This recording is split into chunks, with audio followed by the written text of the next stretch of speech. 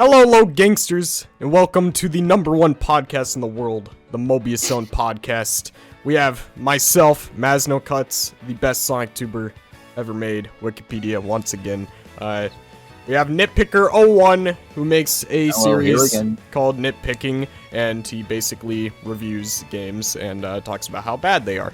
Okay, and then we have Sticks Unleashed. Sticks runs the Mobius Zone Twitter account and is also a owner of the Mobius Zone Discord server. And finally, we have Tom Topics, who is another content creator that you may know as being the funny British man. That is my status, of course. Yeah, of course. Check all of these guys out in the link in the description below. I promise I'll put you guys' channels in there.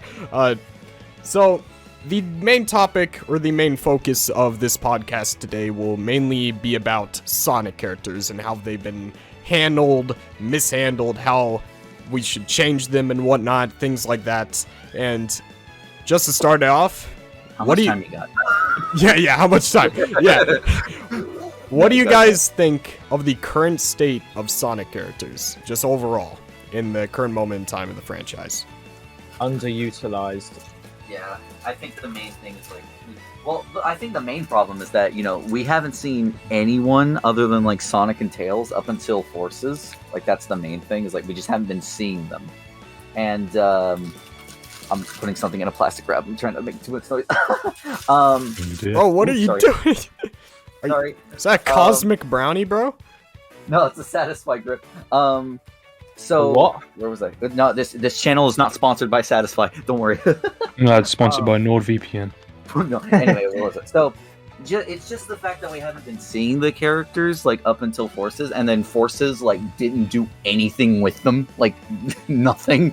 They were just there. And another thing is, like, the thing that bothered me the most about returning characters in Forces, they didn't have any fanfare, like, at all. Like, they just kind of showed up, like Vector walked in. Like, yeah. Silver was like the most hyped character, like, to see return, like, to the series, and they just like cut to him, just like, there he is. It's like no fanfare, no nothing. It's yeah. Like fuck them a little bit, you know what I mean? It's like, yeah, it's they've sort of become Silver. archetypes in a sense. They're not who their characters actually are. They see what kind of characters they're supposed to be. So shove them in, give them the most surface level stuff they've got in the games. Ship that out. I feel like I feel like they kind of just tried fixing them in the IDW comics. Yeah. To Which I actually do like, appreciate. fix every single mistake. They literally had to Cleaning up up shop in IDW. Yeah, in They Sonic. cleared up the reasons. They cleared up like why things happened, the reasons behind stuff, how they didn't die Yeah. in the several months that the war was going on. So I will say though, Amy is the best character in the IDW comics. Like no contest. She is just way better. Like she actually has character in the IDW comics, unlike the game. Oh, that is a controversial statement, Nitpicker. I don't know. She does things. Like she actually does things in the comics. I mean, there are a lot of good characters. Oh, dude, I think Twitter would hate you for saying that because Amy's quote unquote a Sally clone. Oh my god, here we go. And I want to say is like, I mean, and Amy was actually starting to do things. Like in Adventure 1, she had this whole thing where she was like being more independent. Yeah. Well, Adventure 2. Okay, all right, I ain't gonna take that slander, bro. What? Getting. But it's like Amy had this whole thing going on where her character she was so independent and she always like helped those in need. Yeah. But then it just kind of disappeared. Like she did. Yeah. But yeah, in the IDW comics, she's actually like a command leader. Like she's actually really good at what she does. She's just such a better character. Yeah, and something I noticed with Sonic Forces, and this is gonna wrap around back to like Amy's character and whatnot, is like they just kind of slapped all of these characters into the game because they needed somebody to be around the Resistance, and it's better to slap characters that we already knew instead of just animals. So like it's easier because it's recognizable. You need people for Resistance if you're making a game about a Resistance. So they didn't really put much character in that, and it's kind of sad that Sonic Mania Adventures and the Sonic Mania shorts, like the paper craft stuff, gets the Sonic characters much more than like Sonic Team's mainline series, because you don't even need the characters to talk to showcase what their character is all about. Like Amy, something about her character ever since the beginning, well, maybe not in CD, but like pretty much Adventure and onwards, and Right. in the Sonic Mania shorts as well, is that she always helps the characters that are in the less fortunate. Even if they are the villain, if she feels like they are less fortunate than, say, the average person, she always goes out her way to help them. And they were able to showcase that in Sonic Mania Adventures better than they could in, like, the past... over a decade in the mainline series. Like, when she's helping Metal Sonic, or helping Knuckles when he, like, gets screwed over with the Chaos Emeralds and the Papercraft shorts. Like, they got her character better than Sonic Team did with the mainline series, which is ridiculous, because Forces should have gotten the characters right. Yeah, I think that's just the main thing, is, like, I feel like, especially with Sonic himself, I feel like the characters are becoming more one-dimensional as of right now. Like, Oh, Yes. yeah. in Adventure 1 and in Adventure 2, they felt so three-dimensional. They felt like actual characters, you know, they felt so diverse. But with Colors and Onward, it's like, you know, every single thing, I think, when we talk about stuff like this, it always boils down to 06. You know, 06 is, like, in my opinion, is really what, like, is when the franchise started to go downhill. Like, because Shadow the Hedgehog, you know, like, games like Shadow the Hedgehog, like, that was poorly received, but that wasn't, you know, the end. It wasn't 06. It's just like, yeah, but, like, after 06, they just threw out most of what made the adventure games so likable. Is like, for the sense of, like, you know, because people were complaining, like, oh, Sonic stories are too dark, you know, they're too complicated. Oh, so Sega just kind of threw out everything that was, like, too complicated and tried to be more simple and everything, which it's okay, but not really. Yeah, and I talked about this in a lot of my videos, but what they did is they're going for such a simplicity, like, tone to the characters for the past while, and I think it's to appeal to a younger demographic, but I call it one-note character writing, where Sonic has a little bit more depth than most characters, but then the rest is just Tails is smart sidekick, Knuckles is oblivious but strong, Shadow is edgy, Rouge is a siren. Like, it just keeps going and going, so it's like, Right. why is it one-note characters? Why do these characters have one thing that defines them? Yeah, you know, let me put it this way. Like, look, if color-coded Lego ninjas can have, I'm talking about Ninjago, by the way, can have characters, like three-dimensional characters, then I can assure you that a blue talking hedgehog can have character as well. That's what I'm just, like, it's so weird. It's like, that's the thing. I just feel like critics, like, really ruin this franchise. It's like, well, I mean, it's Sega's fault for listening to them, but, you know, it's like, they just, I don't know, critics just get so inept when talking about Sonic for some reason, and I really don't get it. I believe that they have criticisms that should be considered, but... Yeah, there are, like, yeah, I'm not saying, you know, definitely, like, critics do have some things, but some things that they say are just so weird and inept. Like, I'm Sonic looking at you, has too many IGN. friends. yeah, it's like, well, why? Because they're all, like, I don't know, like, the cast, Adventure 2, there were a lot of characters, in 06 even, like, there were a lot of characters, but they were all developed well, and they all had a reason to be there, I felt. And even in Heroes, the cast of characters were all just so likable and well written. But yeah, just like after 06, you know, critics were like, oh, too many characters, and then Sega was like, all right, throw them out. I feel like critics should not be giving insight as to what art direction they should go down at all. Yeah. They do not know anything about art direction. They just know how to. Well, sometimes they don't even know how to play games. But if they make a comment on art direction, do not fucking listen to them, because they do not know what they are talking about. Especially, they know like, nothing about it. And it's like, it's not even with Sonic, because, like, you know, like Super Monkey Ball Banana Mania, like, IGN gave it a low score for stupid reasons, for some reason. Well, if anybody actually listens to IGN and expects a good review, then they need to go to a mental hospital. Jeez. I'm being real with you. IGN, if it's not an EA, Activision, like Nintendo or whatever. If it's title, not Nintendo or Call of Duty, then it's not worth your time. yeah, it's not worth it. Like they either suck a game's dick or they completely despise it.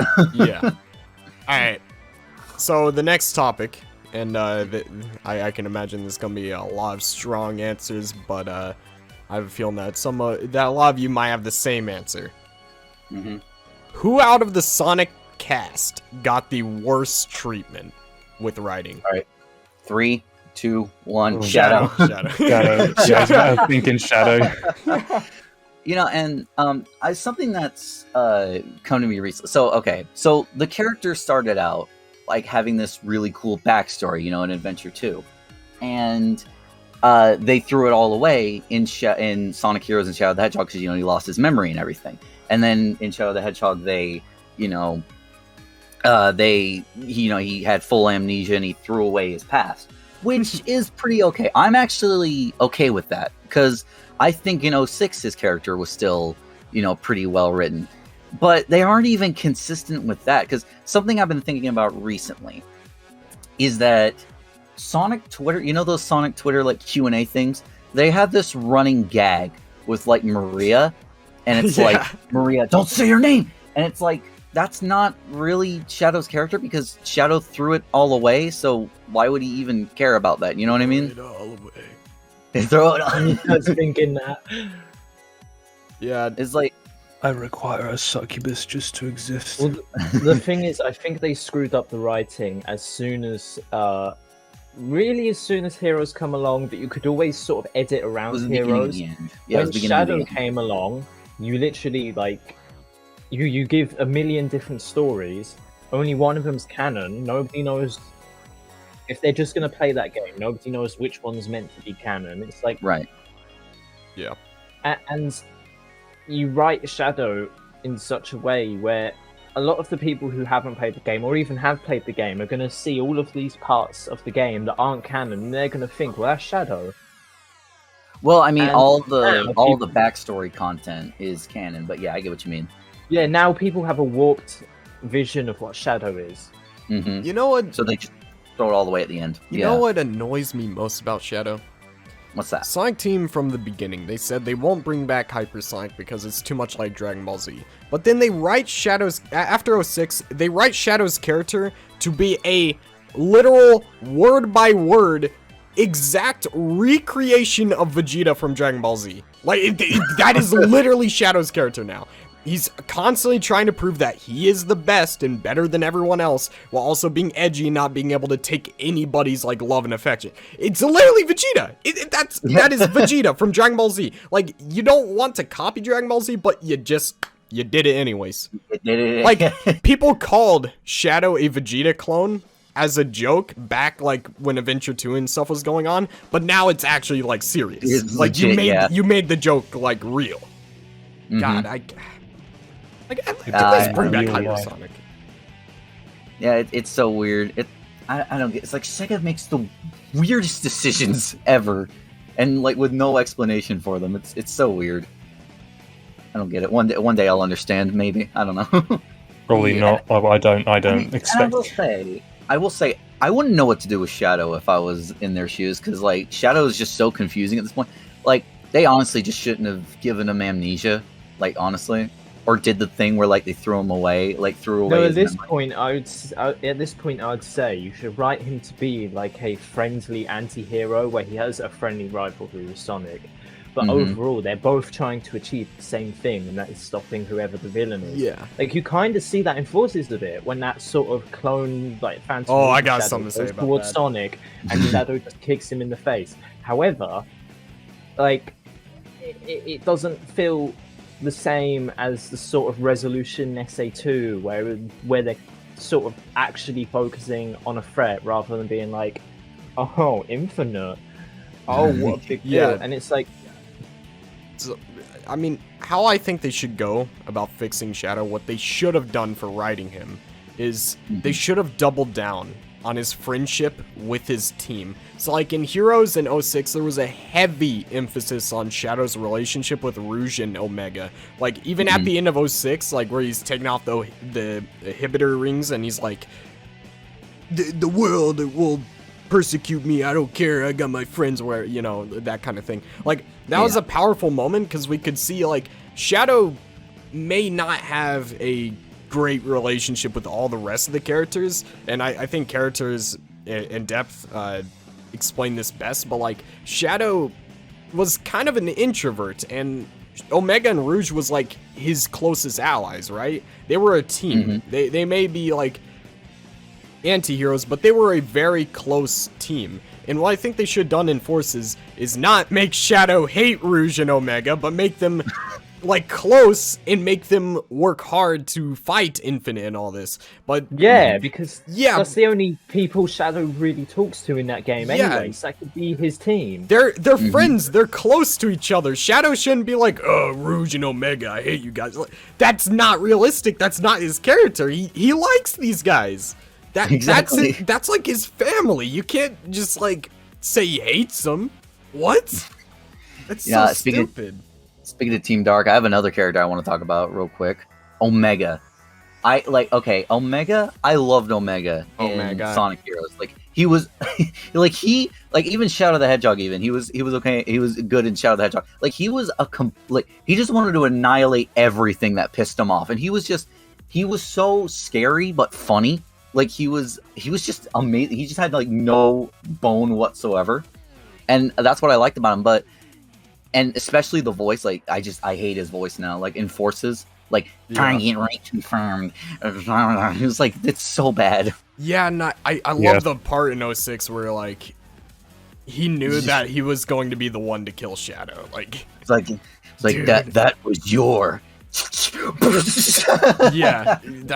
my favorite part of 06. Yeah, that was my favorite part of 06. I love Omega, but like now Shadow, I agree, is the character that got the worst treatment, but there are some other characters that also got some bad treatments. I think Amy was like the second worst, because after Adventure 2 her character just died, but like there's also the idea of Tails. Those two characters are also been treated pretty badly. Oh, I know where this is going. Yeah, so starting with Amy, right? In Adventure 1, she was the best, right? Her character was understood. In Adventure 2, she still had, like, the helping the unfortunate. She still had the character from Adventure 1, it's just that she didn't have much of an impact on the story. She still helped the less fortunate, like Shadow. But then, like that on the final cutscene, Well, like one of the final cutscenes, Yeah, and then in Heroes, she became a psychopath. Like, okay, she's always going to crave Sonic.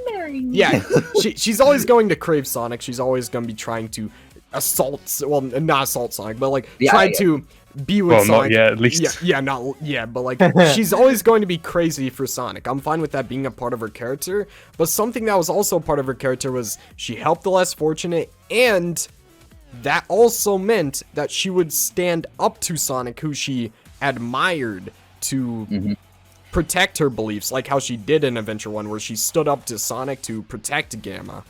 And that was one of my favorite Amy moments right there. I feel like that sort of moment was recaptured in the IDW comics sometimes. Yeah. Amy would say to Sonic, no, do not do that. You exactly. Kind of Thank you, Ian Flynn. Holy crap. You want to know something that I just thought, like literally just now? I just had like the biggest realization right now talking about Amy. What's up? I just thought about this. So, you know that one cutscene in Sonic Adventure 2 where Amy is releasing Sonic out of the prison?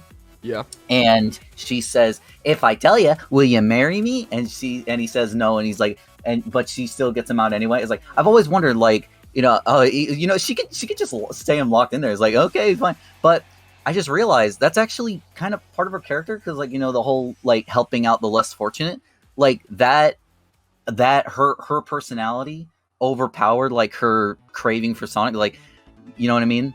It's like, the psychopath Amy that wants to marry Sonic would be like, yeah, stay in that cell, fuck you, But her personality of helping others overpowered that emotion, And she helped them anyway. I know this I seems just had that realization. yeah, and I know this is like a very simple point, but like like her character was still good in SA2. She may not have had like the greatest impact on the story, but like Right. her having dialogue that's not craving over Sonic 100%.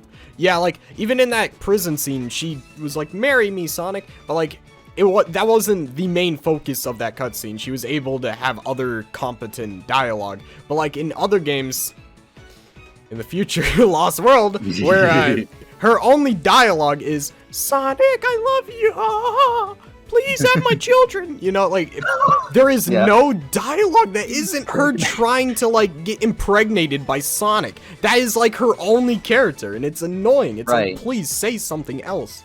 In Forces, like they kind of did that, which I appreciate, but dang. Yeah.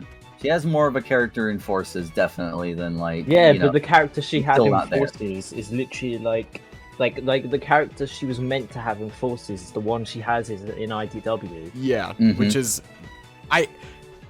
I'd say it's the best it's been in IDW. Yeah, Like, in a bit, yeah. It's a contender with Adventure, but I mean, I'd say in IDW it's like it has a lot more updated writing, so I'd say it's better than Adventure. But yeah, IDW is doing her justice. I hope they do it in future Sonic games.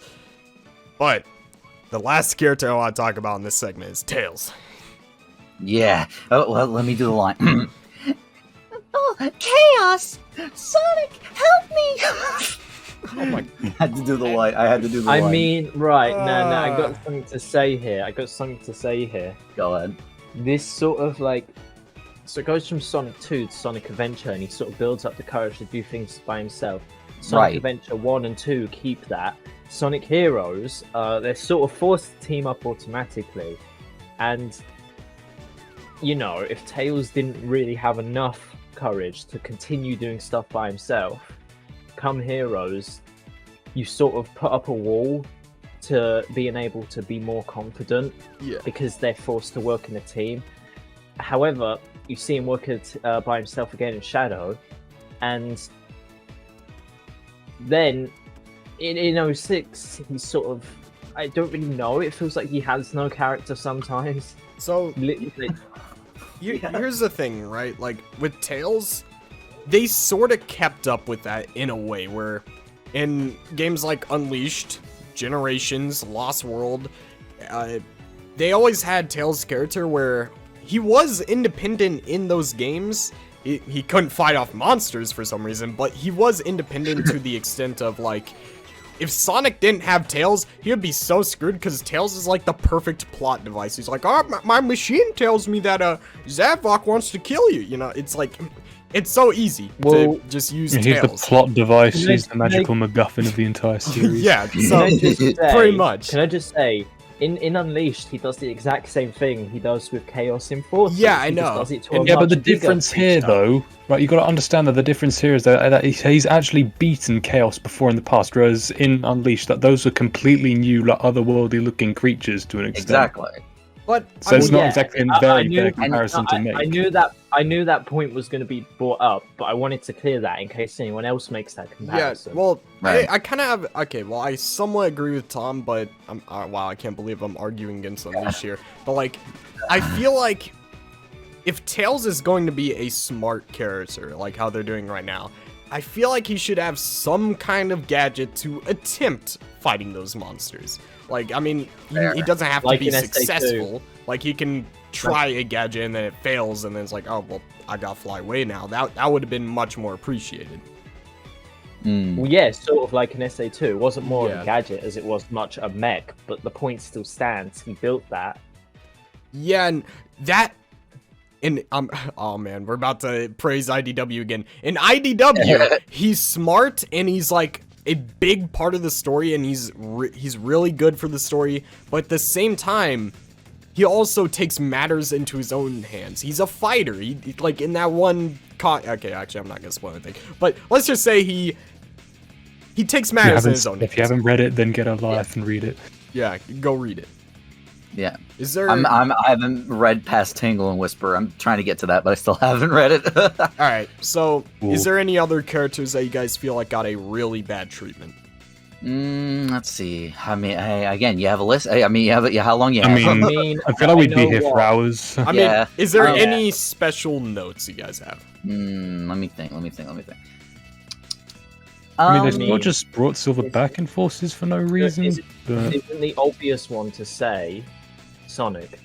well, yeah, Okay. yeah, definitely. I mean, I feel like Sonic has always had an issue, except for the adventure games, where, like, it's kind of weird where the writing in the Dark Age, like, Sonic was really good in serious moments, but, like, his joking moments were kind of cringe. Like, but, like, in the meta era, maybe this is a hot take, but, like, I really like how Roger, jokes and, like, kind of... He kind of steps on the villain's shoes, like, when he's talking to Infinite, he's, like, picking on him, getting under his skin. I like those moments where Sonic is a complete dick to the, like, villain. But when you get to serious moments, the writing is still going down the direction of comedy, cartoon, and it doesn't really work well. Right. I think the main thing is just like I just don't think I can take Roger Craig Smith seriously. I like his voice just doesn't work. Like maybe I feel like we haven't seen him in a serious setting before.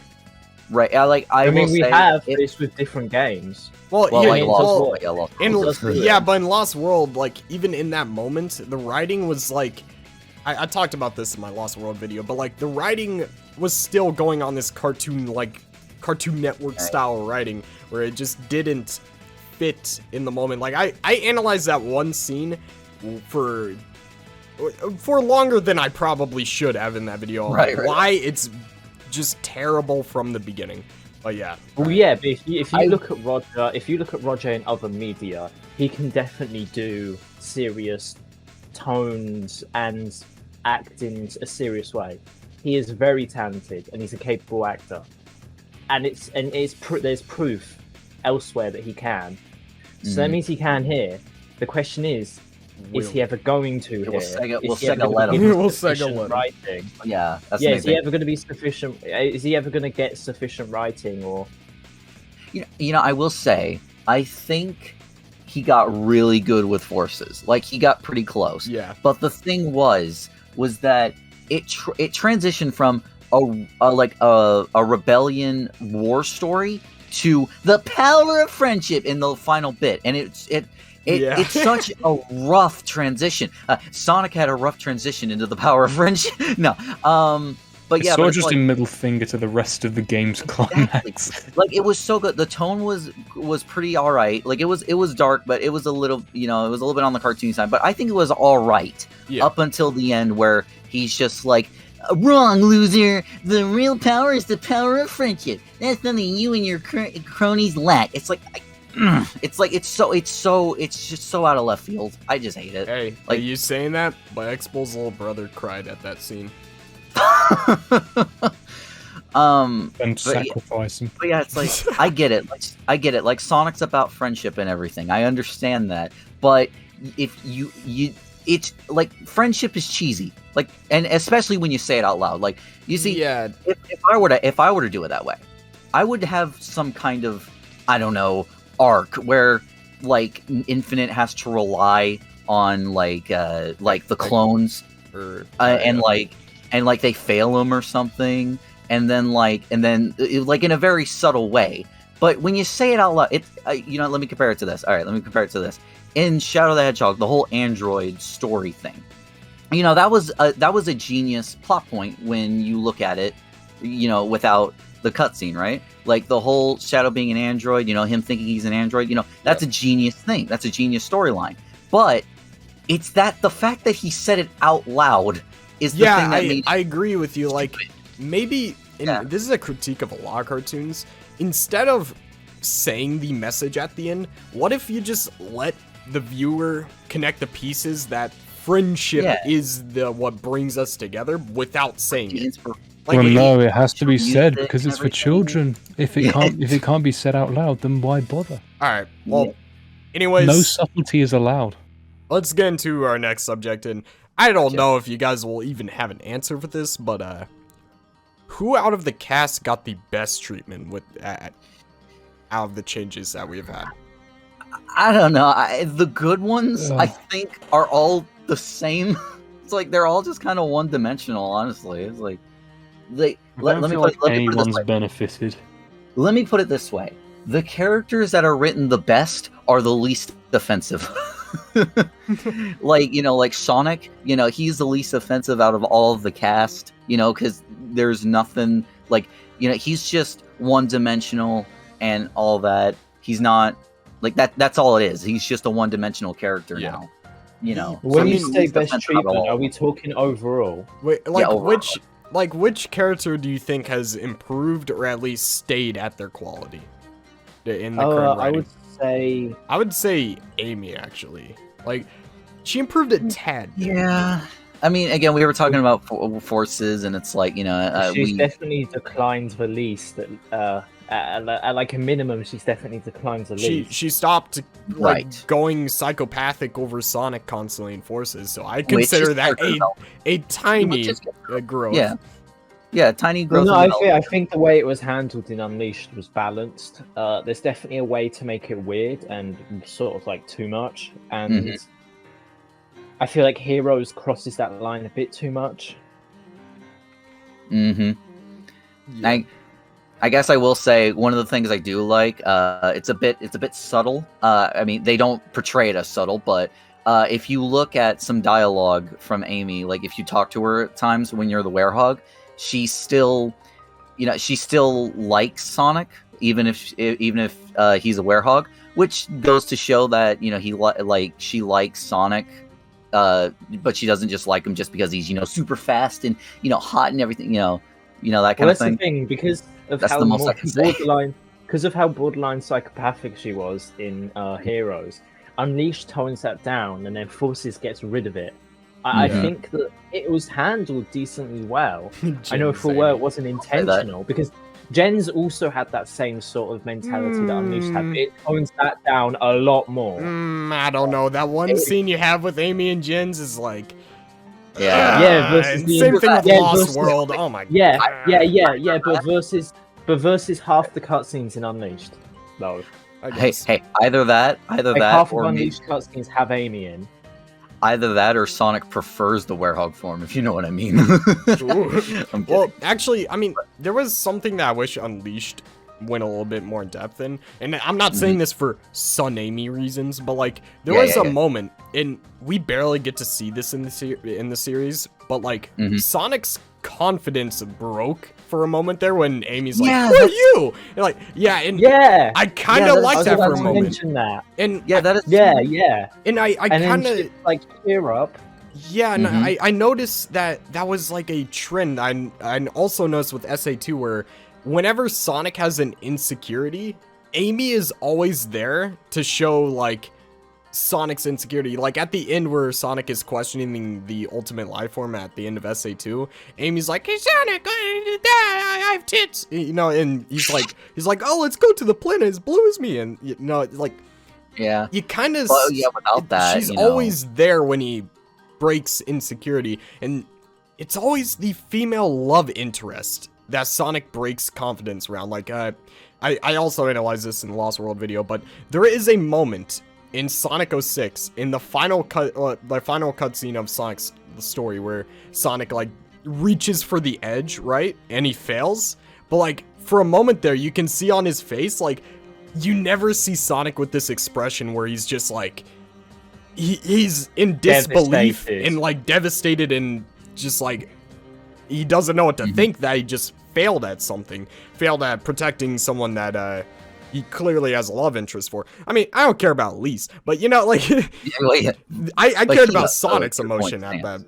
like Mhm. current moment, but Yeah, and that's that was the peak of that story as well, And- because Right. they show his emotion. maybe that Kind of goes wrong after that, but yeah, and that's my favorite part of Sonic's character, and I know that I don't know if that's a hot take, but like he never breaks confidence, but when he does, it's pretty impactful. And I wish they really did that in Lost World, where they made a more devastating like situation when Tails got thrown into the capsule, where Sonic was just in disbelief, like I can't believe that just happened. But no, they gave him like a stupid quote that nobody could think of in 5 seconds after your friend getting captured. Like Yeah.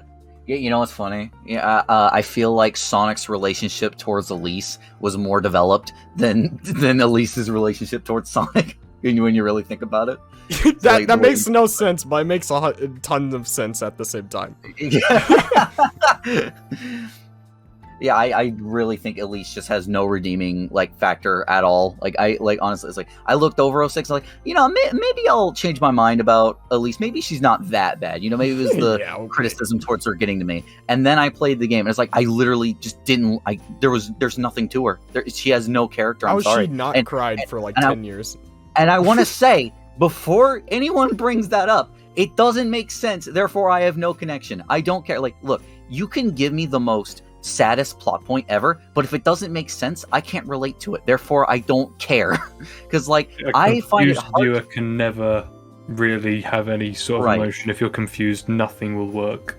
If I look, man, I cannot, I cannot for the life of me draw any sort of consistent conclusion on how a girl who was 7 years old whenever that happened, her dad died, the stress of ruling a kingdom, and the fact that she has the death of all humanity within her, did not shed the slightest tear during her whole life. I'm sorry, skin. I can't do that. She never cut an onion. Exactly.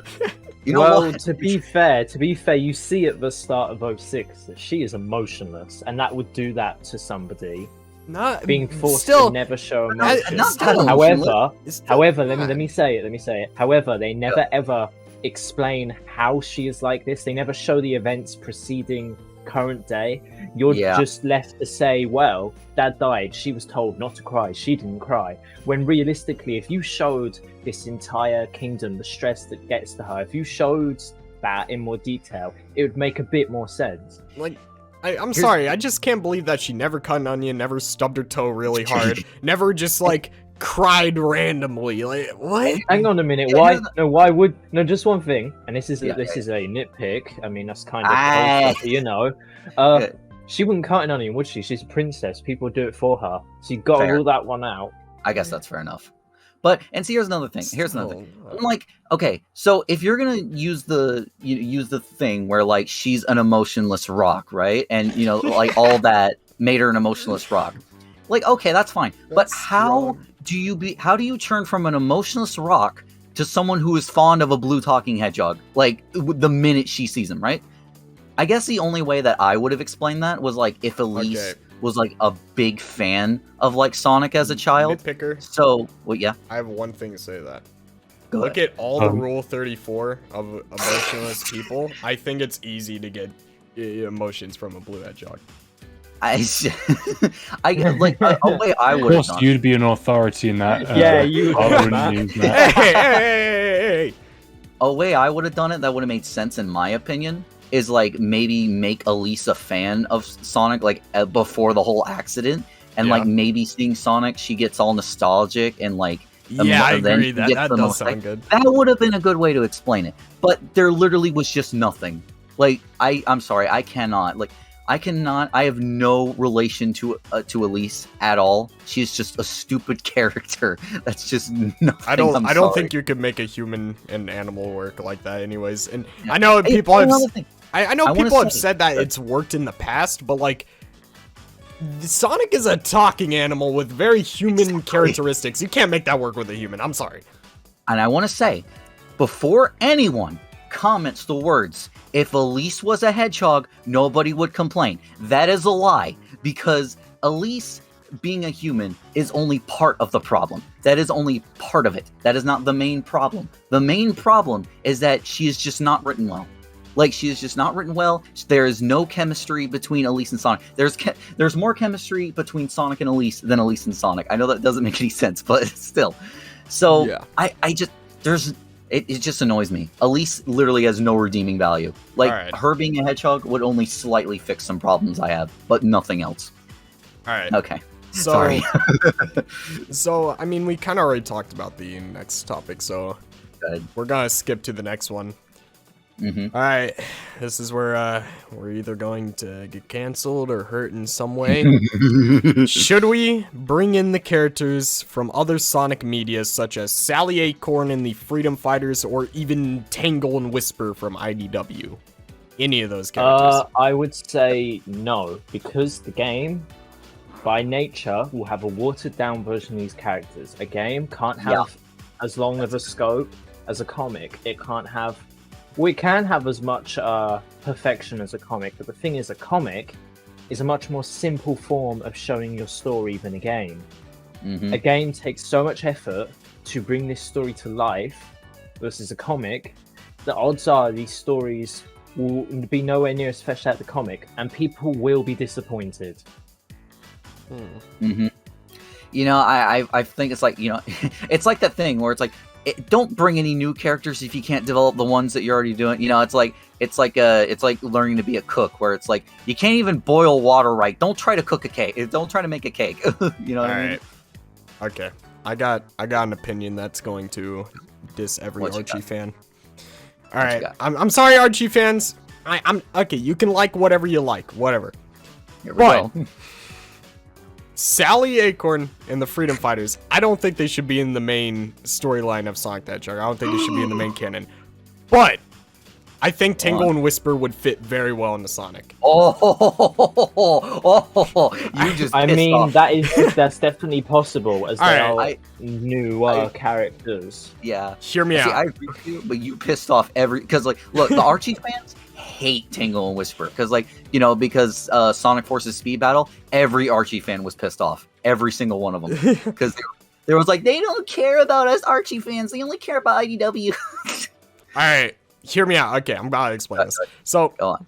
Sally Acorn and the Freedom Fighters, they don't necessarily have anything wrong with their characters at all, but I got the simple issue of just Sally does not look natural around Sonic. I don't care how many renders you make of her in 3D. I put that next to modern Sonic, it does not work. Like, okay, and I think it's because, like, you see Sonic characters, they don't even look like they're natural animals. Like, Sonic, you can't even tell that's a hedgehog. Knuckles, you can't tell that's a echidna. And they're different colors.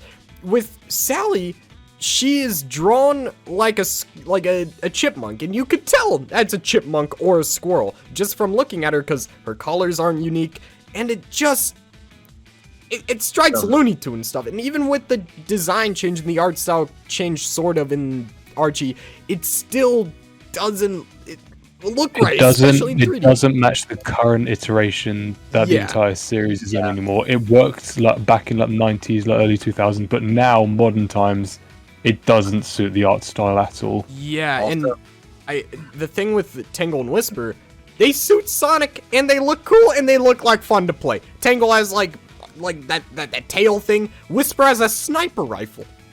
We can finally get Shadow 2 online. Exactly. If you ever have a new Avatar gameplay style, if you made it Whisper and gave it an actual story, that would be really cool. Yeah. Hold on. I'm pretty sure he was just like naming off genres just to tell the interviewer, but I remember Takashi Iizuka was saying that they're experimenting with like other gameplay genres like open world, multiplayer, battle royale, and I was like, so wait, Whisper is Whisper. I'm maining Whisper in the new Sonic Fortnite. I don't think we're up to get a battle royale, by the way. It's like I'm pretty sure you just said that just to be, you know, Phase Whisper. How would you do a Sonic battle royale? Like, I'm just like, I don't know. Yeah, you have to give them guns, and you know, no, don't give it Sonic guns ever again. Yeah, that'll be. Yeah. We'll never hear the end of that one. Well, you gotta remember, a battle royale game doesn't necessarily mean a game where you kill each other, last person alive wins. Like, there's Fall Guys. How would you? And Sonic's in Fall Guys. Sonic's in Fall Guys. For some reason, they put like the fastest thing alive in the slowest game alive. But anyway, back on topic. So where were we? Yeah, wait. What are you guys talking about? Drown Sonic games. We got Sonic and Fall Guys. I miss Fall Guys. I never even played it. I played a little bit. All right. I played a little bit. Now, anyway, this question kind of goes with this with the last one we answered. Right. What should we do about the fans who will feel neglected for not seeing the Freedom Fighters or the IDW characters ever show up in the main series canon? Right. This I is what feel like, well, here, at let this me point, say that I my- get that like fans want to see them. Obviously, like they want to see as many like good things come from it as possible. But at the end of the day, I think the artistic direction of what the creators want to do is paramount. They sure as hell don't have one right now. But if creators want to bring them back for some reason that works, then I'd be fine with it. If they wanted to bring any characters back, then I'd be fine with it if they make it work and it's their artistic vision.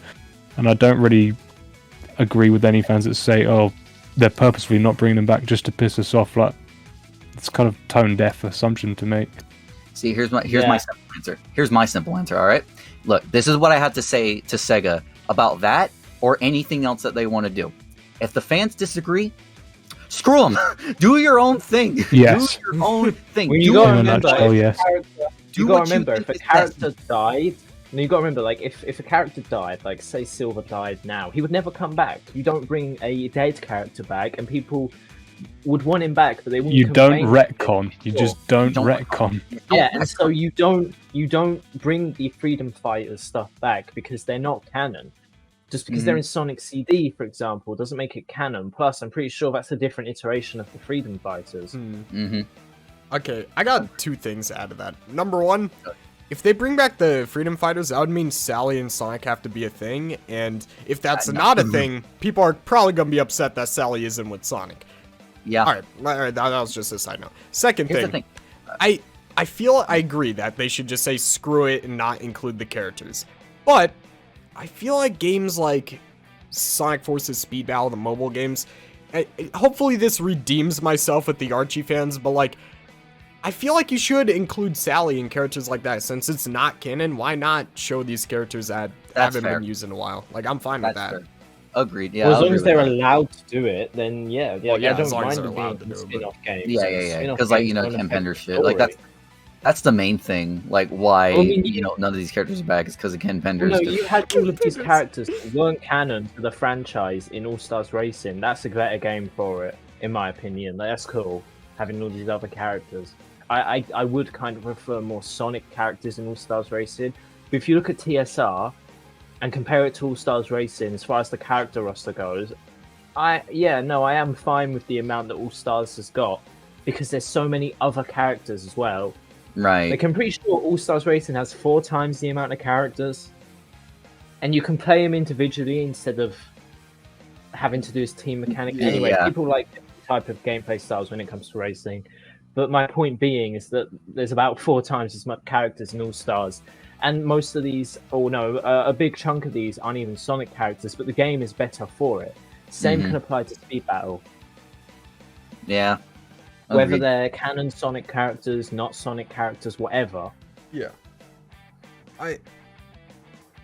I'm fine with them showing them in like non-canon properties, but yeah. Yeah, that's fine. It's like I just the Freedom Fighters. Like nobody really knows who they are except for Archie fans because I didn't read the Archie comics. A lot of, and I assure you, a lot of people didn't. Like, well, not a lot of people. You get what I mean. It's You know- the majority. Everybody's saying bring Ian Flynn to write the next game. What if we just bring in Ken Penders? No. I don't know, man. No. He seems like a pretty No. good We writer. just get another Dead or Alive game as a result. He would try. He would make the open world art design, and he would try to claim it 4 years No, later. he would literally, he would make a female open world, but it's gonna be a bit weird. It's like, yeah, I designed Every this single world, therefore I location own it. has, and then we'll never get Sonic Rangers re-released on the PS8. Yeah. That will happen. That will happen. Not gonna happen. No. Keep Ken Penders away from Sonic. God, honestly, you know what? People argue that the fan base is the biggest villain for Sonic. Nah, it's Ken Penders. Ken Penders is the worst thing that ever happened in this franchise. Whoa, You gotta whoa, remember, that's kind of It crazy. this way, no. When you think of it this way, the I don't fan know base about that. empowers Ken Penders. There are people who like his art Yeah. for one reason or Sacrificed at the altar. That was mainly a joke, by the way, Matt. That was mainly Yeah. a joke. Yeah. Yeah. All right. So our next question. Now this might be controversial. depending on your answers. Should we have playable characters again? And if so, how should it be handled?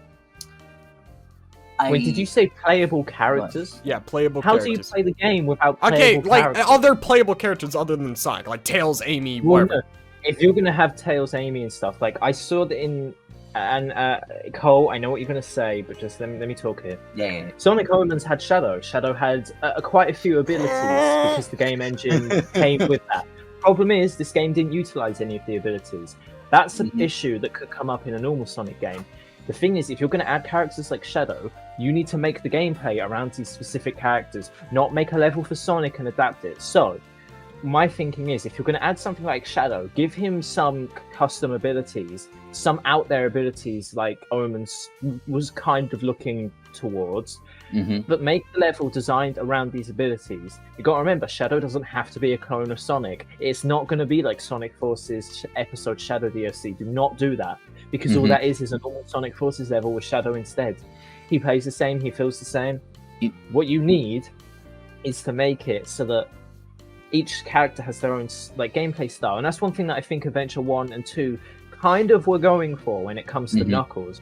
He had his own style, but in the modern day, you can make that a lot better. Now, imagine if you did have an open world Sonic game. A lot of open world games have treasure hunting, where you go and find certain things. Arbitrary game lengths, yeah. Yeah, but if you were going to do that, you can do that with Knuckles really well. Yeah. And really well. I got. And so if you have characters, yeah. Another. I forgot what I was gonna say. I lost my train of thought. But go ahead, Matt. No, Okay. I remember. So, I see Sonic fans. They constantly want playable characters back where we play as Tails and Knuckles. And trust me, I want Knuckles Emerald on stages back as much as the next guy, right? But not at all. I feel like I love Emerald on stages, but I feel like Sonic would. Okay, oh god, I can't believe I'm saying this. I feel like Sonic would be at its best without playable characters. Or, think about this: what, like, if we're going to have other playable characters? Because I'd much rather just have Sonic. Because I mean, like, it kind of breaks away. Like, I mean, for the majority of players, they just want to play as Sonic. So why not just give them what they want? But like. If they are going to add other playable characters, this is how I would do it. So, specifically Sonic story on Sonic 06, where you play as Sonic throughout the whole story, but there are certain parts in the level where there's a kind of like a level gimmick where you have to play as Tails for a section of the level, where you don't have separate levels made for Tails and Knuckles. It's just sections of the level where you play as Tails, and there is no separate Tails campaign. But I agree. I think that should be how it's done, so that you don't have to play through a whole Tails campaign or a whole Knuckles campaign. Which, if they're going to do it, I think it should either be done like Unleashed and Generations did it, where you have two sort of separate in paths of the game with their own levels, or you should do it like how you just said it in Sonic 06, in a Sonic story sort of thing, like a single story. I do not agree with having Sonic Adventure 1's style of gameplay. Right, because that's just like, and honestly, it just disconnects you from the story, right? Because like, look, in my opinion, I really love Amy and Gamma's and like Big's part of the game. It's charming, the fact that I like how they tied the Chaos Emerald to Froggy. I like how they tied I like how they tied a Chaos Emerald to Birdie. I like the whole Gamma storyline with like the bird and everything. Yeah. But the problem was that you play like you play those at it wasn't all just one big concrete story, right? So you felt disconnected when you played those stories, because you're playing them like the mentality is when you play a different story in a game like Sonic Adventure 2. You're kind of disconnected from the other stories. You know what I mean? Like, you kind of get what I'm saying? When you know that you are just going to be playing the same level in a slightly different way, you sort of don't care to focus on story either, because you absorb it the first time, but upon more or less replay, it's like, well, I saw half of this cutscene from Sonic's point of view. Why do I need to see it from Tails? And in odds are, you might even just skip that, and you won't see certain parts I think that's the biggest problem with Sonic Adventure 1 is just repetition. Repetition. I mean, actually, I kind of... With Sonic Adventure 1, I noticed the story gets a lot of hate. There is something very unique about Sonic Adventure 1's story, and I think people are looking at it from the wrong perspective. Like, I agree, it does disconnect you, but the way I see it is, like, Sonic's story tells the main plot, right? But the rest of the characters... I'm not going into Knuckles thinking about how he's gonna do Chaos. I'm thinking about Knuckles' story. I don't care about, like, Chaos and all that. I'm thinking about Knuckles and his character arc, where his story is going. So, like, when I click on Knuckles' storyline, I'm not thinking about, like, how is Knuckles going to affect Chaos? I'm thinking about, like, where is Knuckles going to end up going? How is he going to find his purpose in this world with the Master Emerald? That's how I see every character in that game, where I'm seeing a different story with each character and how they interact and grow. I love Sonic. I love Sonic Adventure. Oh my God. I don't mean to rewind, but I think a fully fleshed out so you know the idea of Unleashed, where you have a completely new level for the Werehog, which could be swapped with Knuckles, and then a different level for Sonic. Do something like that. Like, I think Generations did it sort of best, because you have these fully fleshed out levels for both modern and classic. These are two separate characters technically. The gameplay is completely different. It done it correctly. If you're going to have two separate levels entirely, and you're not going to split them up into separate stories, this is the best way you can do it, because you're keeping it under one cohesive story, and they are, well, in Gens, they were complete levels. It made sense. You know, the thing is, I think what you're talking about, Matt, like what you talked about before, that works for Sonic, Tails, and Knuckles because they feel, you know, detailed and, like, enough, right? But I feel like with Amy, Gamma, and Big, they're kind of so short that they feel superfluous. You know what I mean? I don't know about that. I still feel like they still have a lot of impact. Where I mean, true. Like when you look at it, for herself and whatnot. Right, but when you're just playing the game and you know you're not a Sonic fan, you don't pay attention to every little thing. You know, like us Sonic nerds. When you're just playing the game, when you're just the player playing the game, you know, you don't really get that because you know the stories feel just so short and superfluous. Yeah, I mean, I agree, but like, not to mention those cutscenes look bad. Yeah, like yeah. I mean, I agree. Well, I mean, I kind of find the cutscenes a little charming. I mean, I know it's age, but like, it's kind of charming. Yeah. But like, I mean, it's just kind of hard to take him seriously, though. That's the thing. It's like they're just hard to take seriously because like I can't take Sonic seriously when his mouth is like a mile away from his face. Like, well, you guys may not believe me, but I've actually learned to take them seriously. But I mean, you do over time, but you know, when you're first playing the game, you just can't do it. Well, the thing is, if you just re-listen to the dialogue in your head in your own voice, then you can take it easily, pretty seriously. I mean, not really for me. I just find it like charming enough to where I'm like, oh, you know, it doesn't matter. But like, anyway, the point I'm making is and also Cole, that's an issue that's been solved since then. Yeah. But, well, right. But I'm just saying, in Sonic Adventure's case, that's just the problem. But the point I'm making is that Sonic Adventure, I don't think that's what Sonic storytelling should be. But I'm saying it's unique enough that I enjoy it for what it's trying to be, and I enjoy it a lot more than most stories because I get to see an extra in-depth look at these characters and their stories and what they have to say about life situations and whatnot. You know, that's the thing. Like, you know, that's the good thing about looking back at a game. You know, you can, like, if you played the game, you know, for the start, like if you played the game first time ever, you know, we wouldn't be able to draw all these conclusions because, you know, like we're kind of, you know, we can't take the cutscenes seriously because, you know, they look like dog shit. Cut that out. But when you look back on it and you're used to those cutscenes, you can then realize, oh, hey, wait, all these little things, like they're so charming, you know? Yeah. It's like, so yeah, that's like the best thing when looking at a game, like looking back at a game. All right. So we're getting into the final topic, and this might spark a debate. Should Sonic have a character arc? He already has. I mean, yeah, because it's like, I want these characters to be charming. But how many times can one character have a character arc? I mean, Well, it's like I mean, I think I have a suggestion. good. Like, I feel like there should be a certain theme that goes behind each and every game, like a different sort of that theme. That, you know how there's that whole thing of friendship or whatever behind like Forces is one. What if you do that, but in like different waves? Like, what if for one game he was on his own, that he literally had no one else, and he had to rescue them and learn the power of like what it actually means to have friendship, and then maybe something else like that. Smaller sort of character arcs like that actually build up not just a good story, but just the characters' backstories themselves, and look into who they actually are. Right. Kill two birds with one stone.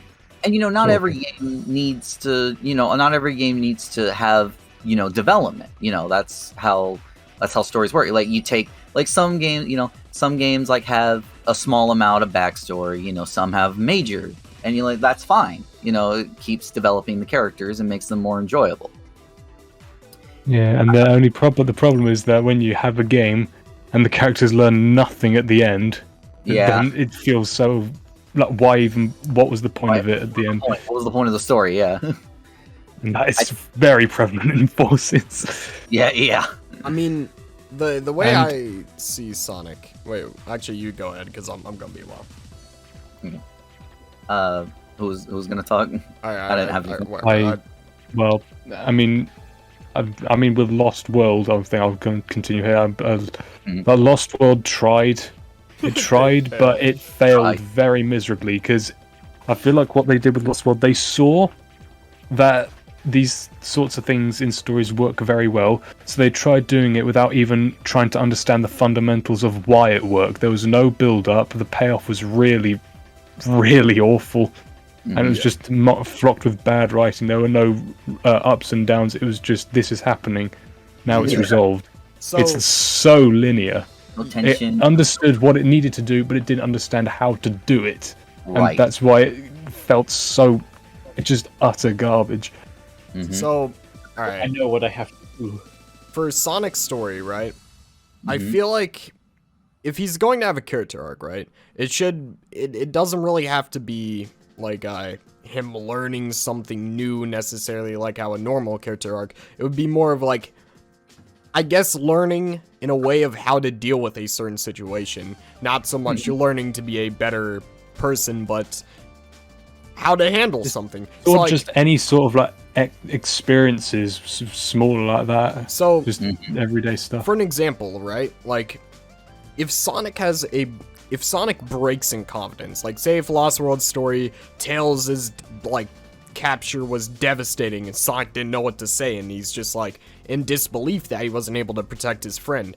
I feel like that is how Sonic should be handled. Like, if there's going to be a character arc, Sonic should be able to like break a part of his own character and, learn to handle that. Not necessarily be a better person, but handle that. I don't think you should, pull like a... Always have ways to test his confidence, yeah. Yeah, have ways to test his confidence, but I don't think he needs a character arc. And I think that it works just fine with Sonic being his normal self, fighting for the good of others while not having a character arc. I feel like him just being good is good enough, because we can have character arcs around Sonic with other characters, like, and I'm about to bring up Sonic Adventure 2.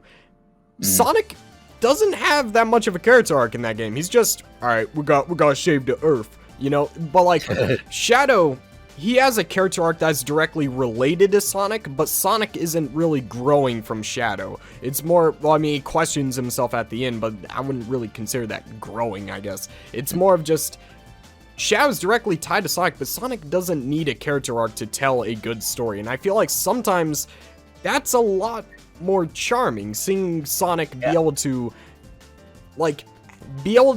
bring people to good without having to have flaws himself, in a way. Right. That sort of brings into question, but in Adventure 2 you said that Sonic didn't have the character arc, but Shadow did. In the best stories, there is always some kind of arc to carry the story forward. It doesn't necessarily have to be from the main protagonist, but if we see an arc in one of the characters, then it's good story, better storytelling. Well, but what I'm saying is, like, I'm fine with other characters having arcs, like, that's fine, but I don't think, like, I hear people talking about Sonic storytelling all the time as if Sonic needs a character arc, and I don't feel that it's necessary.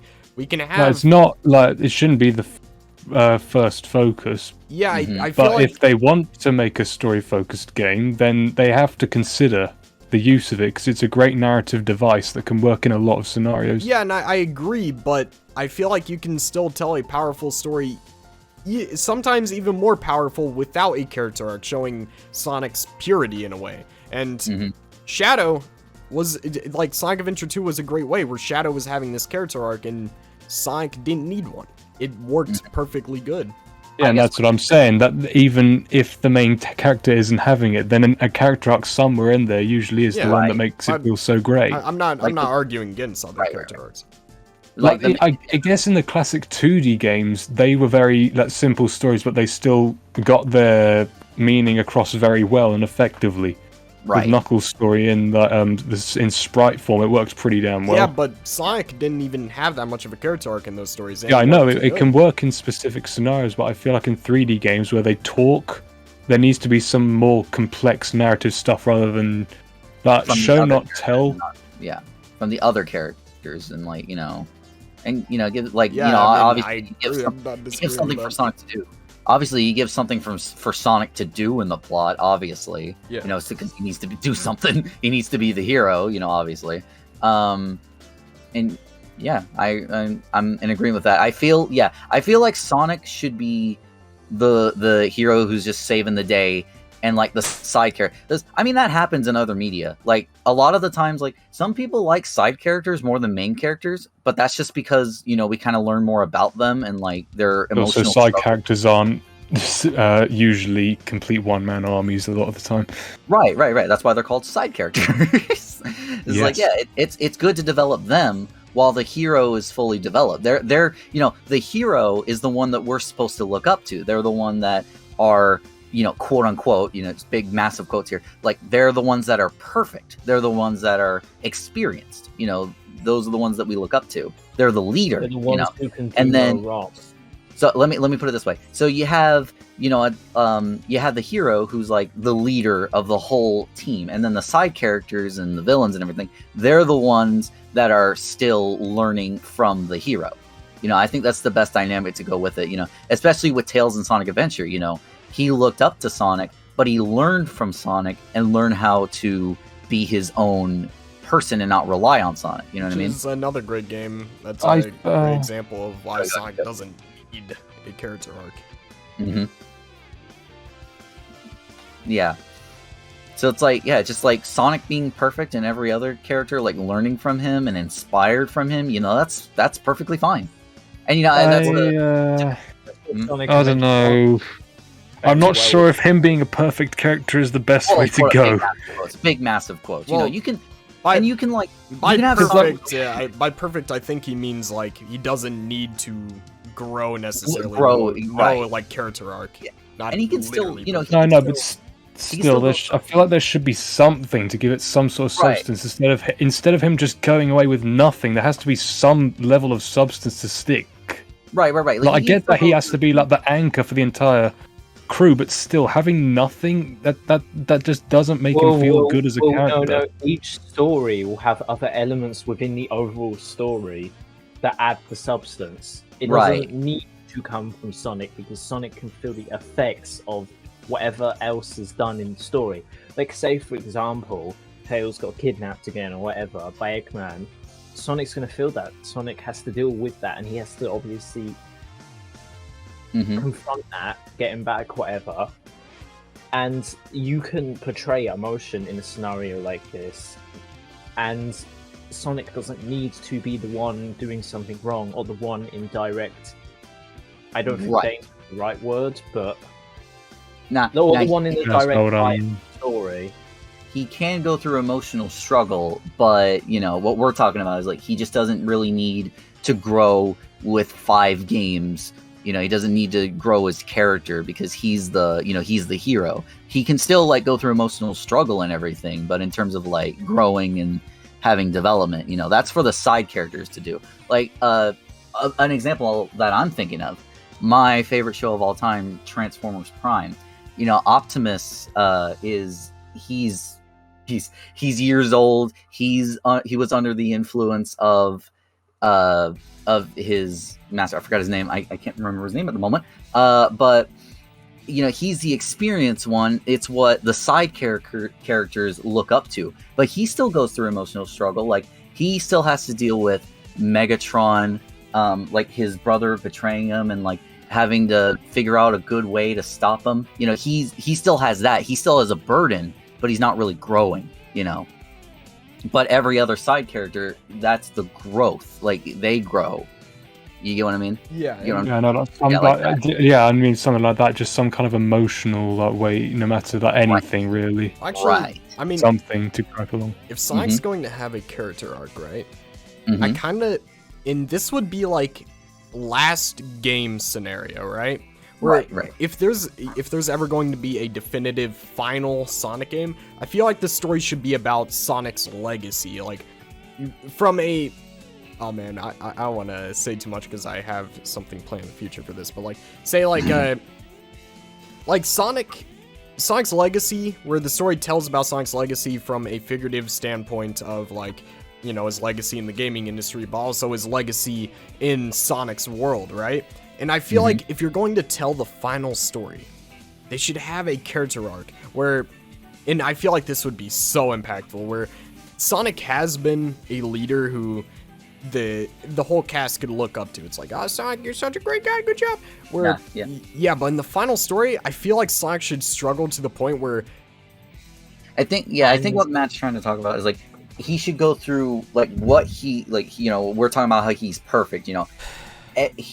They should take all of his strengths, like all the strength he has, and just find his weakness, like find his emotional weakness. Yeah, like emotional weakness, something instead of him being like fully perfect. Yes. All right, but so what I was saying was like, basically his confidence is lost, right?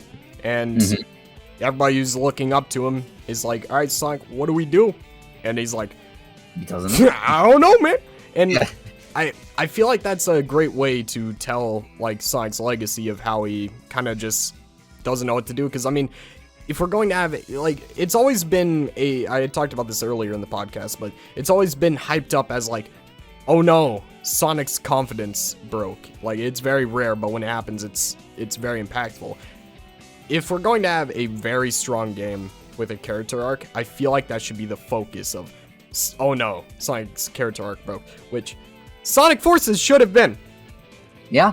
Yes. That was it should have been a lot of things. Perfect opportunity to tell that story.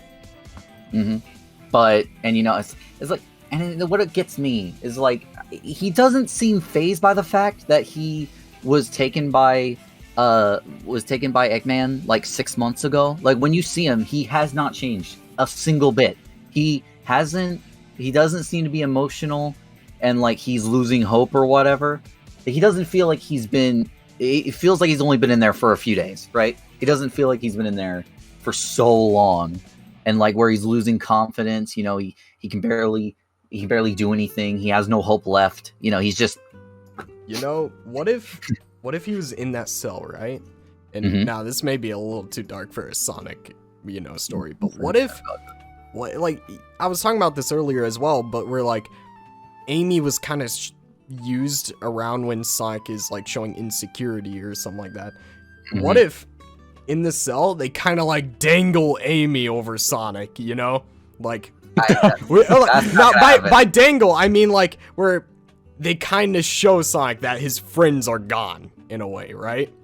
Like not like torture Amy in front of Sonic, but like say they show fiction levels. Like say they captured Amy too, right? But they never did. Because of Sonic's mishaps, I guess, in a way. Like, Sonic gets to see that him falling and being captured in this cell has caused his friends, who he was supposed to protect, is now being affected too. How about I translate that to something a little bit less dark and maybe more, like, plausible? What if Eggman just had, like, secret cameras around the base, and they just show it to Sonic at the team's lowest downfall. How about that? That's more plausible and less dark. I mean, I feel like it's not too dark if they show Amy getting captured. It's as well. not too dark if there's no murder involved. Just like No. show stuff Show like, waterboarding, show electric chair, but if so long as nobody dies, then it's all fine. No, I didn't mean torture. and show something like maybe show like clips of Infinite, like attacking the OC character, and like that can be a whole thing where They like do Sonic's that in game. it's like Sonic not only failed his friends, he failed innocent civilians. Or, better yet, what if Lost World never had the Robotails story? So to dangle over Ooh. Sonic was Robotails. That's a good one. There What you if go. that That's was it? better. And Sonic's in the cell, seeing Tails as a robot. Expo just asked if we were still recording the thing. I mean, on like a side note, and this is rewinding a bit, but if you were like Sonic has been shown to be capable of anything. He can boost through pretty much anything that's in his way. What's stopping him at his lowest point when he needs to get out of this cell from finding any energy he has? I feel like they left could just to make boost straight through it. I feel Yeah, like they sure. could make an easy plot point where it's like Yeah, show a thing where Eggman like has this Sonic, force field where Sonic can't get out. yeah, show a thing where like Sonic.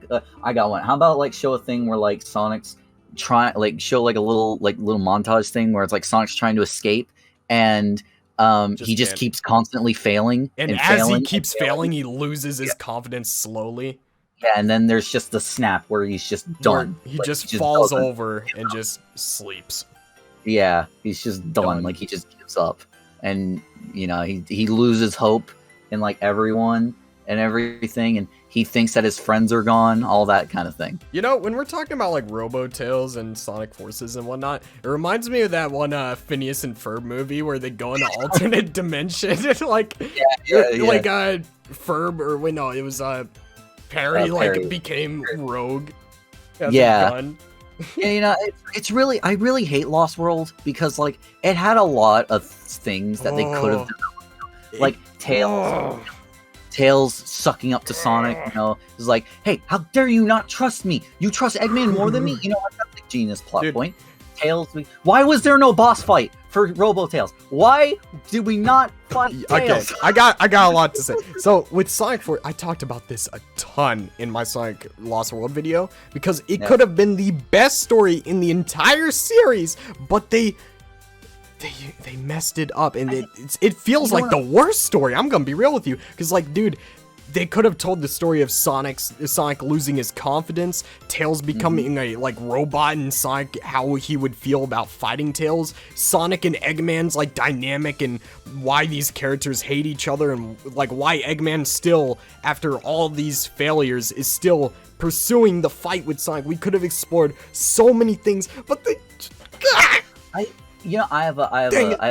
gonna put on your tinfoil hat here, Matt. I'm thinking that they were going to maybe, but once they found out that Lost World was going to be a Wii U exclusive, and they knew that not everybody was going to get to play Lost World, I guess they just like stopped developing it. I guess maybe. And this is something I want to add real quick. Go. All right. So look, now IDW isn't canon. Let's get that straight, right? Obviously, right. All right. At the end of Lost World, throughout Lost World, whenever Sonic beats the Deadly Six, they jump away, right? At the end of the game, when you fight them for the last time, they turn to dust. Except for Zavok. And when we see Zavok in TSR, it says he is the former leader of the Deadly Six. Did Sonic murder the Deadly Six? Please, yes. I mean, they did fall in lava at the end of Lost World, so who knows? Maybe. Like, remember, because like they're in boss fight, they all fall in lava. No. I'm pretty sure the game implies that you've gotten rid of them, whether you murdered them or banished them out of existence, whatever. They're They're gone. gone.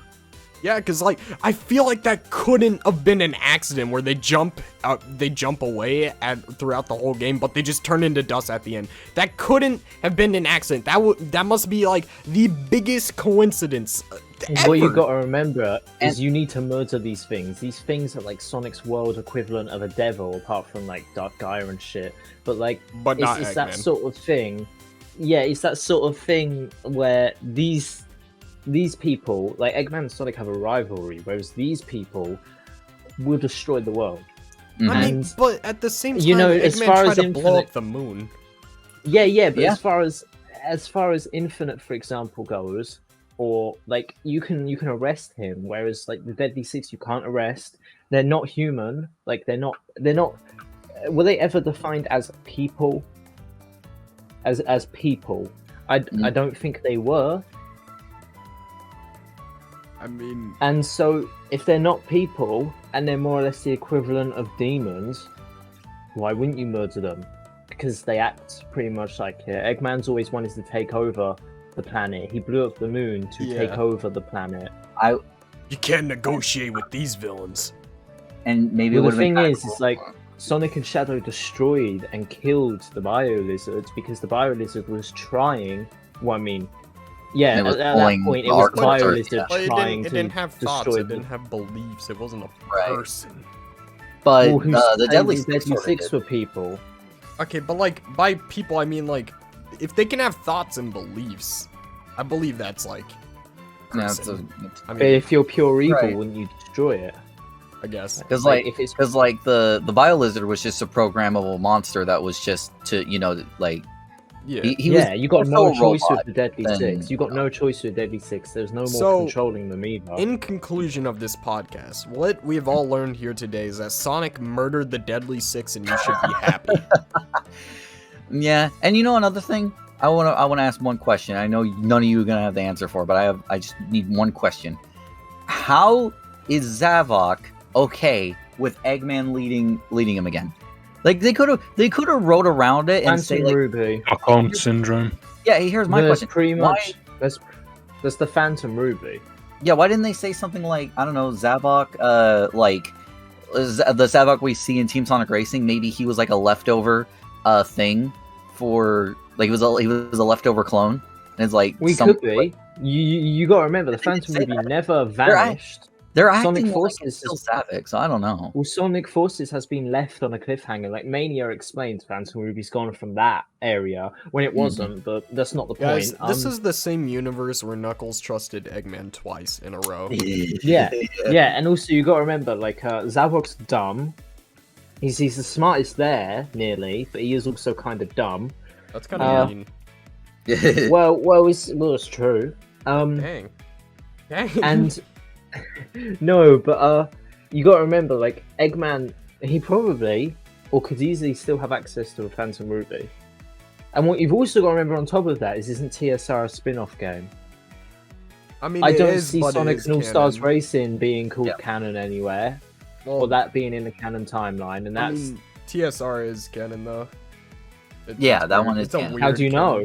Because it takes place in the same story, and it just Yeah. just is. However, IDW piggybacks off the same story. We gotta wait till the next game comes out to see if it's actually like canon. You know, I had a okay. Last thing I don't before we think end this. IDW's canon, is it? Yeah, it's No, not. not It's not IDW. canon, but Uh, it's not canon. But the last thing I want to bring up in this podcast, I had this idea for a pitch in a couple videos a long time ago. So like, what if after Forces, they just went to remake the Adventure games, right? And then went to go make Adventure 3. But when they remake the Adventure games, they rebooted the storyline of Sonic, right? So now it's just the classics up to Adventure 2, and that's the entire storyline. And then we have IDW to carry on the continuity of the modern Sonic that we've known for the past decade, right? And then Adventure 3 can follow the video game storyline, and it just moves on like that. You know, I you thought bring that was up. brilliant, but yeah. I don't know. At this point, for how much like Sonic is like messed up all their characters, I think at this point, I think a reboot is like one of the only ways we're gonna get like a good cast again. I mean, I don't know. Like, I don't think it's least a soft necessary. I At like least a soft reboot, you know, some kind of soft reboot. Like they soft reboot back to, Unleashed. yeah, probably because yeah, that was the last time there was a good cast, honestly. well, Yeah.